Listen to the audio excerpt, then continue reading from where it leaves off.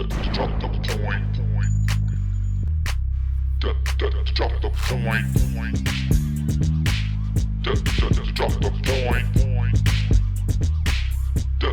Drop the point. Nolxero Hambone gonna drop the point. Drop the point. Nolxero Hambone. What is the point? Drop the point. Welcome back to another episode of Drop the Point. I am Hambone with Nolxero here. What up, Nolxero? Not much, man. Phobos. Oh, living that Phobos life. It makes another appearance. That's what I am talking about. Well, I want to thank you guys for watching last week's episode. We are going to continue with our question and answer segment of this series here. We got some more questions from our awesome Patreons and you guys on Twitter. So without further ado, let's go ahead and jump right into it. Dust and Divine asks, from a development standpoint, how do you keep old content relevant on a long lifespan game like Destiny? Do you take hints from WoW? What do you think, Zero? Well, I think Destiny should take hints from WoW, seeing as they're in the same publishing house as WoW. Right. Mm-hmm. But beyond that, if they wanted, if they don't want to take the hints, that's fine. They can explore this new realm, and I trust them to continue to do. They've come up with some good stuff. But as far as keeping old content relevant, one thing they could do that would be, very minor, but would actually make it relevant is they could do leaderboards. Have leaderboards for kills in a Vault of Glass or least amount of deaths, and maybe not that stuff, but maybe speed runs. Mm-hmm. There's a large portion of the community that would go and do a monthly reset of the leaderboards and try to get their name on the leaderboard, number one spot. Maybe clans can get on the leaderboards or however you want to do that. Leaderboards would be one good way. Modifiers, being able to go into the Vault of Glass or Crota or whatever you want and be able to set your own modifiers and then kind of challenging your team to do it. You've seen Dado videos where he does things with his clan or group of friends where he challenges himself to do Crota with, No Land Beyond, and stuff Right. like that. Yeah. It'd be cool to go in and be like, okay, well, we're going to do this raid Nightfall style. So, this is going to be crazy, but it's going to be fun. And, Right.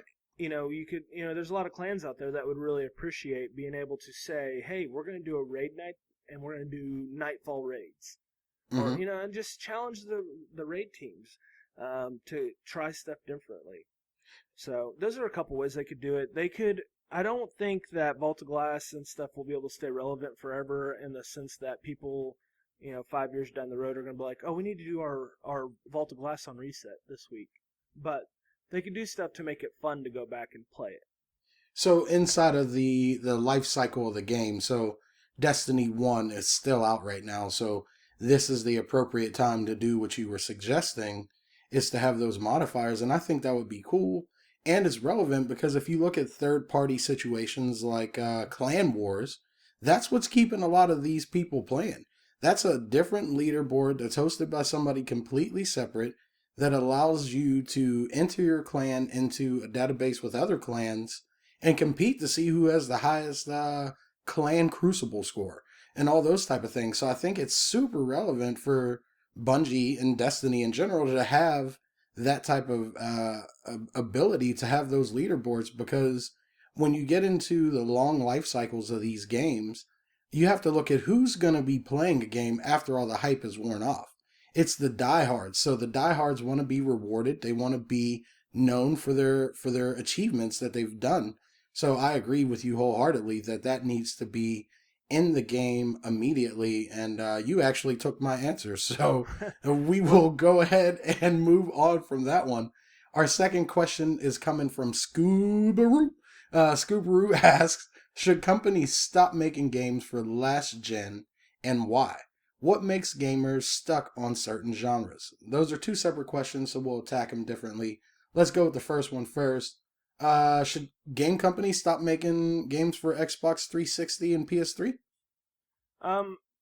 Maybe not entirely. But Destiny should have been made an Xbox One PS4 exclusive. I feel like, and we know with Vault Space, they said that part of getting more vault space was, on the end of Xbox 360 and PS3, not having the kind of RAM that's needed to do certain things. Right. And I can't help but feel like Destiny would be a better experience if it was made for these, consoles. When they first started talking about Destiny, they said that this game was something that they had to wait till this generation to do, but then it's on the old generation. And I'm Right. sure Activision had a say-so in that, like, hey, we'll sell more because of the install base on the old systems, but at some point, they're going to have to stop, because there's no way that you can continue to make this game for both consoles, for both generation of consoles for the next 10 years. So you're saying that we're going to basically attack the Destiny Achilles tendon to continue to make Right. it for both generations of console? No. I mean, I guess you can whet their appetite with one, but man, by two, you should probably be thinking, hey, sorry, PS3, Xbox 360, y'all got to get on. Y'all got to get on this thing. You can carry your characters over, you can bring your progress over, but at some point they're going to have to make the switch if they're going to make Destiny the game it should be. Well, yeah, I agree. I think I saw an article that says PSN or PlayStation plans to make games for PS3 through 2019. I don't know if that's accurate, but I'm pretty sure that's what I heard. So if so, we're talking about 3 more years of games that'll have to cater to PS3. I know we have people that listen to us that still play on last gen systems, and I always feel like they're super left out because 80% of the community is over here. At least the people that are listening to us. Um, so I definitely feel like they're left out. But being a person that's always strapped for cash, I'm like, what if I can't afford to get a PS4? So I just miss out on Destiny? Well, I mean, to a certain extent, it's not just Destiny. If you look at in the past how this works, I mean, think about when you got a Nintendo 64 or a PlayStation. I mean, PlayStation is probably a bad example here because when you got a PlayStation, there was no previous PlayStation. But Right. when you got your 64, it wasn't like Nintendo was like, oh, well, we have this new Super Nintendo game coming out. No, you Right. get Nintendo 64 games. Right. And it was like, here's what we're doing now. And they, continued to have this stuff in stores. It was still there to buy, but they just redirected resources to the new stuff. It's a commitment thing. It's a confidence thing. The PS4 is one of the best-selling consoles in history, if not the best-selling console in history. Right. There's obviously a reason why. Now, I understand the money thing, but at some point, the jump has to be made. The games have to be on the new consoles, and they're going to have to say goodbye to the old consoles. It's just not practical to keep making for the old consoles when the new stuff is out. Oh, I agree, dude.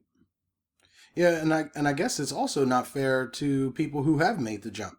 Because you made the jump, like you said, with the understanding that there were games that were not going to be playable on PS3 that are still on PS3. And are still functioning on PS3. And that is kind of frustrating because now it's like, so what am I paying for? I'm still seeing, like, we are nowhere close to what these systems are capable of in Destiny or any other game that's out so far. There are still things that I think look amazing on PS3. Last of Us looked incredible on PS3. Absolutely. And it's like, so I definitely get that for the people like us who have already made the jump, we need to see our money's worth. Why did we go out and spend $400 or $500 on a console that's still just supporting stuff from last generation? So I guess, yeah. Do you think 2019 is too far away, or is that a good time for it to phase itself out? That seems like Sony saying, like, hey, this console's going to be there and supported to the point where there's still some stuff in development, but there's no... to me, it doesn't make a lot of sense to actively pour resources into the PS3 or Xbox 360 anymore. Right. There's just not a good reason. I know there's a huge install base. I know those systems are incredibly cheap to buy now if you go to GameStop, but there's no real reason for the companies themselves to continue to support it. If you're in a situation where maybe you can't afford the new stuff, or maybe mom and dad get you the old stuff, don't worry. You have an incredible library to play on either one of the systems. There's Right. so many good games on PS3 and Xbox 360 that if you're in a situation where you can't play Destiny, you know what? You're not going to miss out on, everything, because there's still a ton of good stuff to go play. Yeah. Oh, absolutely, dude. And just one that pops in my head that kind of irked me that it came out after I had my PS4 was South Park Stick of Truth. That game was incredible, dude. That game was awesome, but it was stuck on last gen, and it's still not on PS4. And so it's like that was one of the games where I'm like, man, I actually might hook my PS3 back up to play it. That's the one game where I'm like, I'm getting tired of seeing HD remakes. But that game, I'm like, okay, make the HD remake or whatever, so I can get this game on PS4 because I want to play that game so bad. Absolutely, dude. I definitely want to play that game. So yeah, that's one of those situations. So we know that eventually they will phase out, and we are both on board with it. But the second part to Scoob's question here was what makes gamers stuck on certain genres? Because I'll tell you from my experience, I bought a PS4 to play Battlefield 4 with 64 players. Because on PS3, you could only get 24 players in the lobby, and that was it. And like I watch a lot of YouTube videos, and I watched a ton of computer Battlefield players, and they'd be in these 64 crazy 64 man matches, and I'm like, I have to experience that. I want to see it in all its glory. And that made me make the jump. So I definitely fit into this category of stuck on the FPS genre. I love first person shooters. I love Call of Duty. I love anything first person shooter related, even if the story isn't focused on first person shooter. Like, say, BioShock. I still like that setup where I'm playing as the first person and not third person, where the camera is behind the character. I just like seeing my arms in the gun and feel like I'm in the experience. Right. So, what do you think makes gamers stuck on certain genres? Well, nowadays, I think it's social media type games. And when I say that, I don't mean like Farmville on Facebook. What I'm talking about is what's fun to watch on Twitch. What's fun to, get a tweet and a screenshot of something in game. Like, those are the games that seem to have the most stick, right? If you go on Twitch right now and look up, what game has the most people watching, my bet is League of Legends.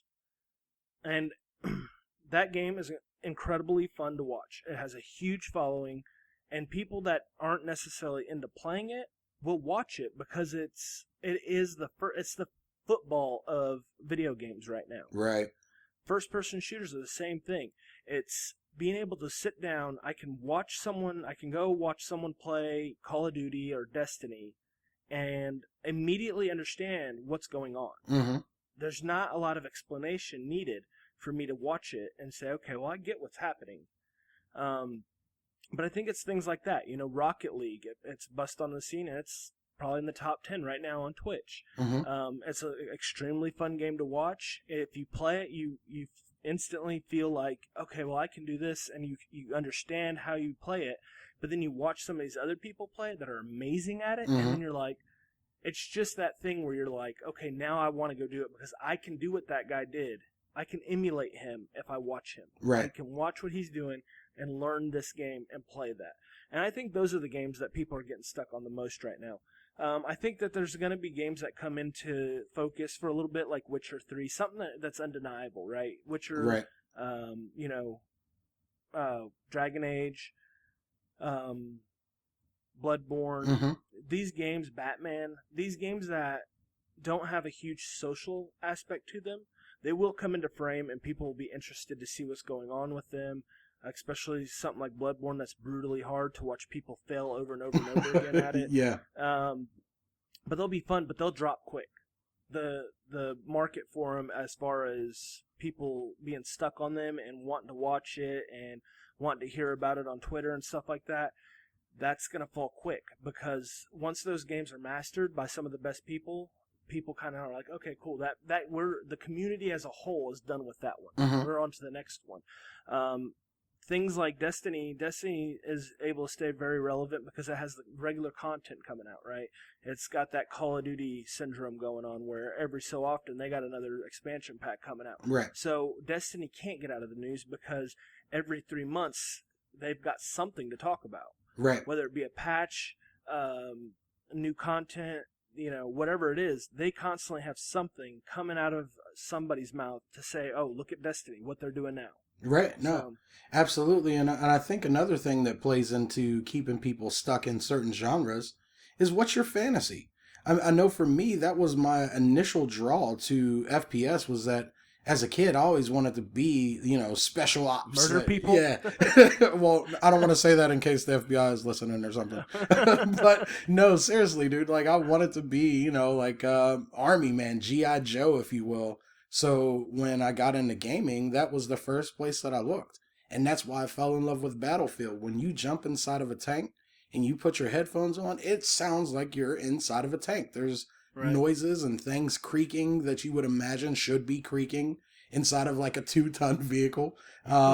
So that really kept me captivated. And, so I think a lot of it comes down to what's our fantasy? What do we want to live out on screen?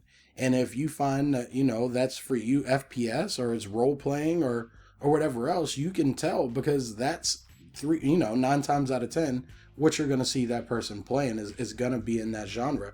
So I think that's what really keeps people stuck on games.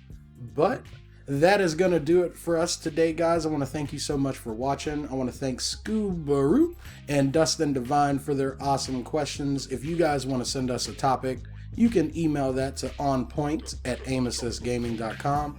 If you want to hear these types of conversations and more, don't forget to check us out every Friday night on twitch.tv/aimassistgaming at 9 p.m. Pacific. We talk about all this type of stuff and more. That's going to do it, guys. I'm Hambone, he's Nolxero, and we'll see you when we see you. Drop the point. Drop the point.